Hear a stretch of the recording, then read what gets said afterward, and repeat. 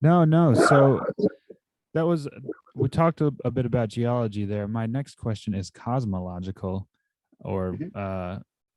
astronomical, I suppose. And I wanted to ask you about the stars in the sky. Mhm. So they say that it takes millions and billions of years for the light to reach us. So how would we explain that if the Earth is only thousands of years old?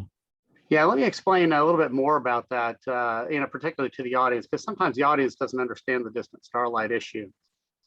Generally, creationists, evolutionists, we would all agree that a lot of these stars that are out there really are billions of light years away. Now, a light year is a measurement of distance. Think of miles or kilometers. It is not a measurement of time. So we have to be very careful of that. And one of the things that Einstein showed was that time is not constant in the universe. So we have to be very careful of just assuming time is constant and just do a nice simple calculation. Hey, these are billions of light years away. And so therefore it takes billions of years for this light to get here. We have to be very careful of that. And another thing I want to say up front before I start to answer this a little bit more is the secular world has the same problem. It's called the horizon problem in physics. What it is say a Big Bang scenario, you've got matter coming in and expanding. You have this expanding universe. And what they assumed is you get hot spots and cold spots in the universe, but you didn't, which shows that all the electromagnetic, light waves and so forth have interchanged with each other to give it a pretty much a uniform temperature throughout the universe. So they've got the same problem of trying to get light all the way across the universe in only about 13 to 15 billion years when the universe is much bigger than some of this. Of course, they want to appeal to inflation and things like that, but that doesn't really solve it. That's more of an ad hoc explanation. Now, here's the thing. We've known about this issue for a long time. Now, big picture, though. Let's look at the big picture before we look at science. God said, let there be light on the earth on day 4 from these, sun, moon, and stars. So therefore, it's easy enough to get it from the sun very shortly. Of course, the reflection off the moon, not a problem. But when God said, let these lights give light on the earth, and it was so, that's not a problem for an all-powerful God. It's only a problem when you try to take God out of the equation, okay, and try to do it naturalistically. But let's go ahead and look at that anyway.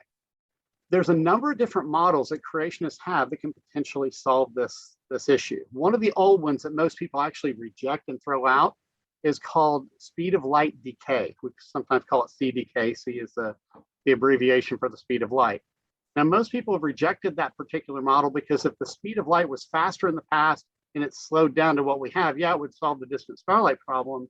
But at the same time, the speed of light's tied to so many other constants in the universe, we have huge problems in physics everywhere else. So a lot of people have rejected that one. There's been a couple of different relativistic models. Don't let that scare you, but one of the things that Einstein was talking about was if you stretch the fabric of space, you get a time change.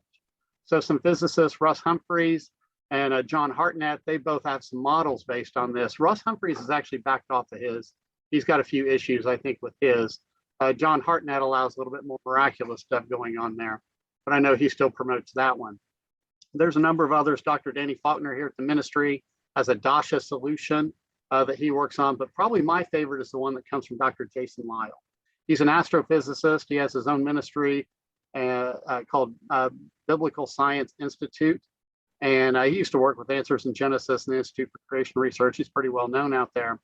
But he has one based on cosmological time zones. Now, this idea actually first originated with Einstein. Einstein said there's 2 ways to do physics, position-based and velocity-based. Now, I hope I'm not scaring anybody on this, Einstein and all this different physics. But Einstein started doing most of his work on velocity-based. But some physicists said, hey, let's go back and do this other method, the position-based physics. And they worked out some of the mathematics. What Dr. Jason Lisle did was he completed those equations and solved it.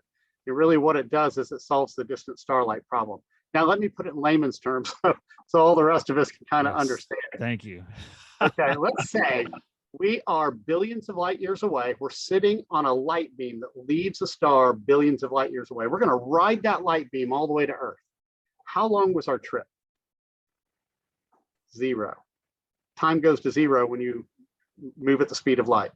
So the trip for that light beam to leave that star and to arrive at Earth was an instantaneous trip, according to Einstein. So that's the basis for it. It's using that.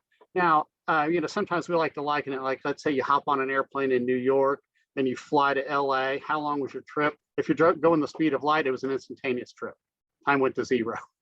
And sometimes people don't think that way. We tend to look at the universe and we think that there's a universal time constant out there. But that's what Einstein said. You can't do that. The speed of light is constant, not time. And so that's the model I actually prefer. Somebody wants to hop on our website. Danny Faulkner and I actually wrote up a number of these different Starlight models to explain some of the pros and cons for those. But just so you know, out in the secular world, they realize they have the problem, and they are just now starting to talk about the speed of light decay model. So it goes to show we're kind of light years ahead of them in the research. Oh, light years. I like that. That's great. That's great.